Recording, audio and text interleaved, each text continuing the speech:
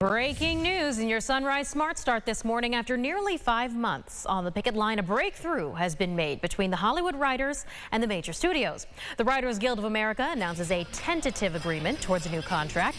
All of this coming after 5 straight days of talks between the union and the studio reps over several sticking points, including the regulation of AI, staffing minimums, and residual distribution.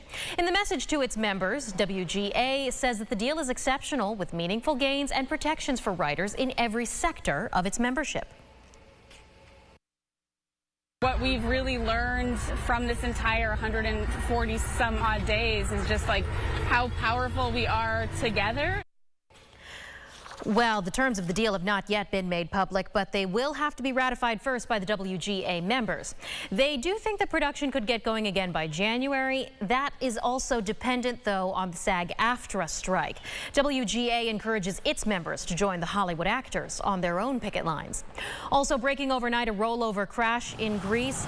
News 8's crew on the scene picked up this video all around 2 a.m. when it happened. The details are currently limited, but we will continue monitoring the situation. Any updates can be found here on News 8 Sunrise and on our website, rochesterfirst.com.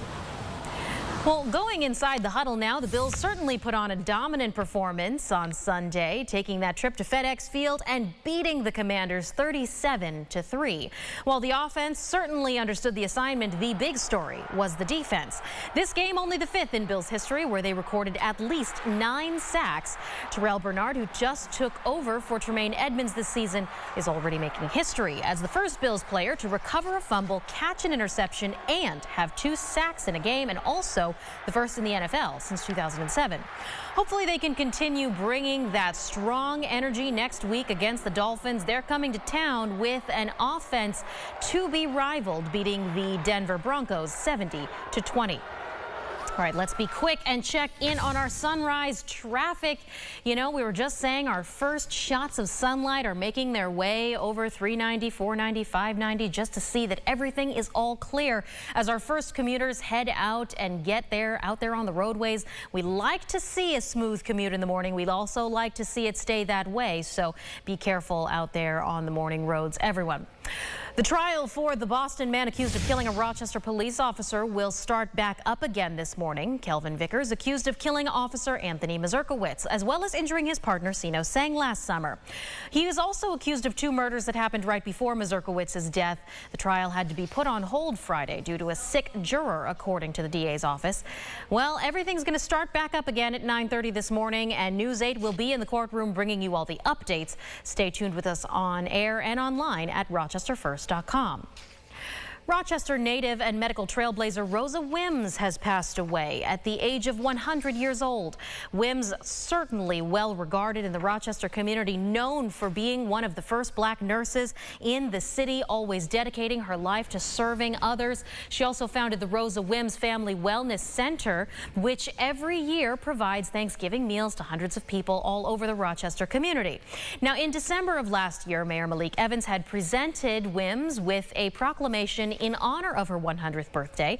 Her family is honoring her life and her legacy continually. 3 years ago, Daniel Prude was physically restrained by Rochester police while in the middle of a mental health crisis, and he died a week later. Now, over the weekend, family and friends and supporters all gathered together to honor Daniel's day. Not only are they celebrating his life, but they were also trying to push forward their fight for the passage of Daniel's Law. Now, that law is one that would put mental health experts in the field to be the ones to respond to mental health crisis calls, and Prude's brother says that such an action could save lives. He'd be still alive. That's for sure. He'd been still alive. They'd have been able to know the proper training to give him at that moment in that particular time. With that in place, and if they pass it, we'll never have to see another tragedy again. So what Daniel's Law will do is actually create a statewide framework so that we can have the right people showing up to mental health and substance use crises, like social workers, like crisis counselors, peer advocates, people who have had experience with mental health crises and substance use. Well, the law has not yet been passed in the state, but a task force was created earlier this year under the state's Office of Mental Health.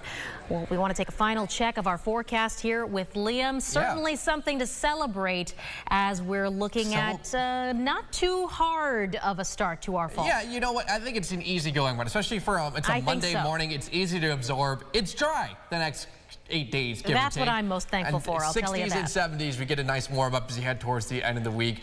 Not bad out there. A couple mornings in the 40s, but it's fall. It's going to happen. It certainly is. Well, thank you again, Liam. Thank you for watching News 8 at Sunrise. Your next update in 30 minutes, and CBS Mornings is coming up next.